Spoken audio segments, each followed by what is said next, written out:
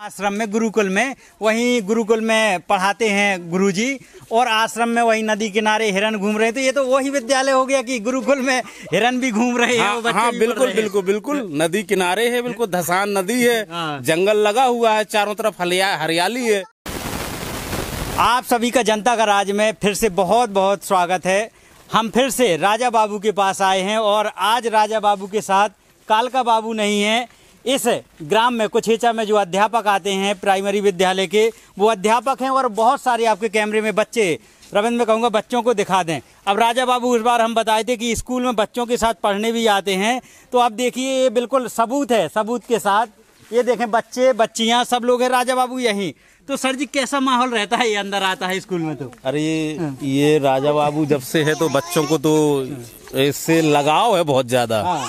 ये हम गेट लगा लेते हैं तो ये गेट पे खड़ा रहता है। अच्छा, गेट पे खड़ा रहता है। हाँ, जब तक बच्चे इसके पास नहीं आ जाएंगे। और बच्चों को बहुत लगाव है।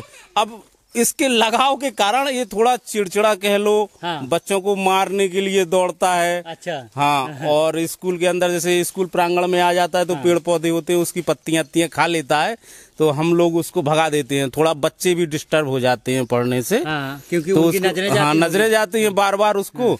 और ये बच्चों के देखने के लिए ये गेट पे खड़ा रहता है।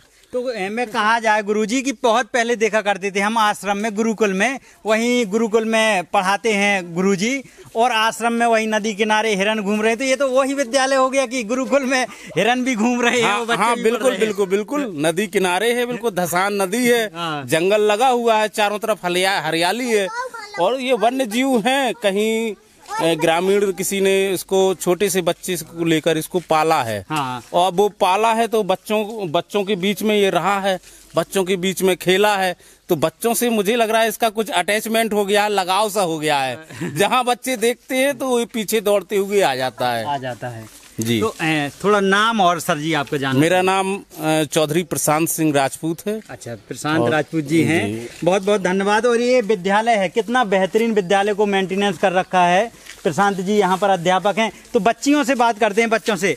दिन भर रहता है यहाँ पर हिरन? बता दो भागना नहीं है, डरना नहीं है। ऐसे क्यों भाग रहे हैं सब लोग?